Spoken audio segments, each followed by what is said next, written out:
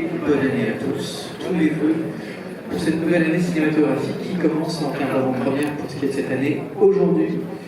Et ça commence vraiment très bien puisque nous recevons l'un des merveilleux réalisateurs français. Et pour l'accueillir et accueillir l'ensemble de l'équipe du film, je vais d'abord accueillir le distributeur du film, Gustave Chailly, pour l'équipe du Losange.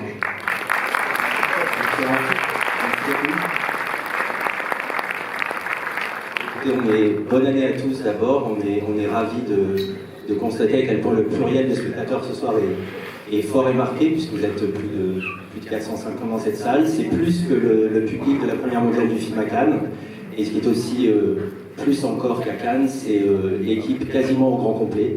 Donc je laisserai Arnaud les appeler. C'est un formidable casting d'interprètes, de spécialistes, d'historiens, transgénérationnels, et en tout cas c'est une très grande joie d'avancer avec eux depuis la première mondiale du film.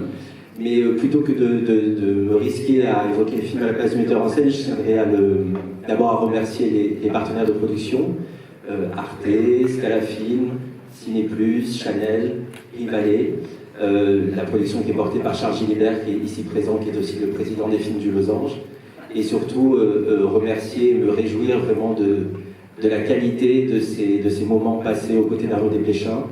Vous verrez que le film y ressemble et qu'on traverse, nous, une promotion au quotidien qui est tout lui, c'est-à-dire un mélange de malice et en même temps de profonde intelligence et d'immense générosité.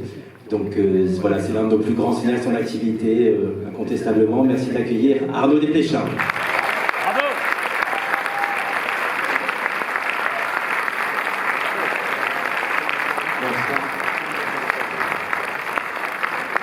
Impressionnant et très émouvant. Alors c'est moi qui vais parler, mais je suis tout seul sur scène, alors du coup j'ai envie d'inviter par ordre d'apparition les personnages que vous allez voir. D'abord le jeune Louis Birman, qui joue le Bénédicte.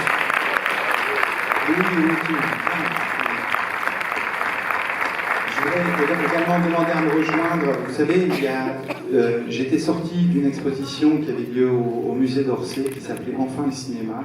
Et j'étais sorti et j'avais dit à son metteur en scène, Dominique Paigny, c'est le meilleur film français que j'ai vu cette année. C'est Dominique Paigny qui ouvrira le film après Louis Birman.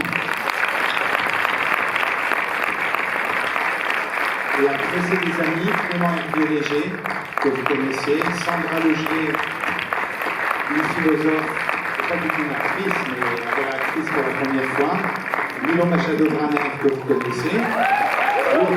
Quand même. Le trio Sam Chemoul, Marie Rougeardo,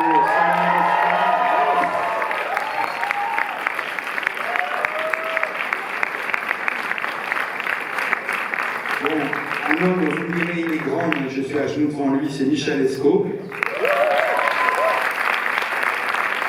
Il y a Julien Brandon qui nous a rejoint de Lille.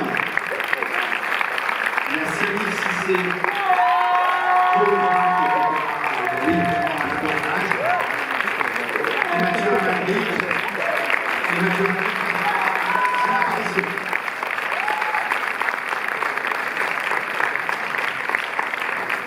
Alors, ici, c'est pas. J'ai essayé. Le film, pardon.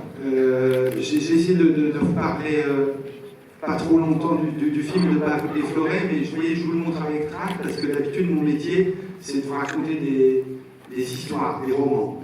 Et ce film-là, il y a des bouts de romans, mais il y a des bouts d'autobiographie, des bouts de documentaires, des bouts de fiction.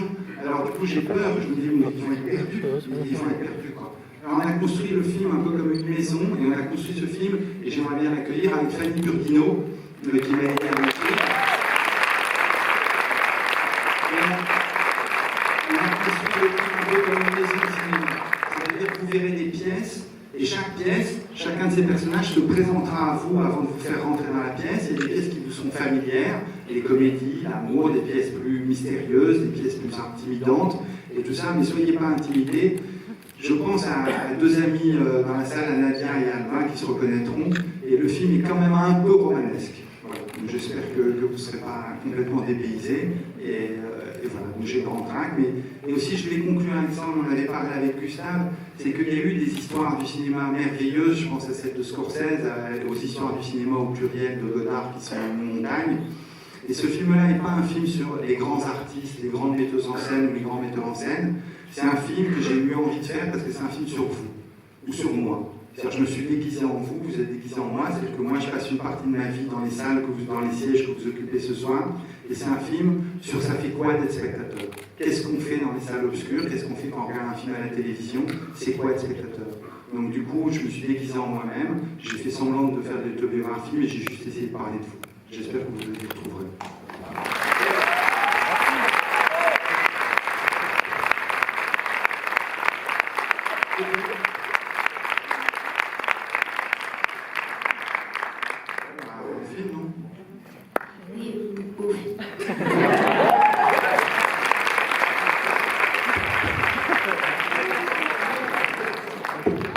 Merci à nos attachés de presse André-Paul Tommy et merci encore à UGC.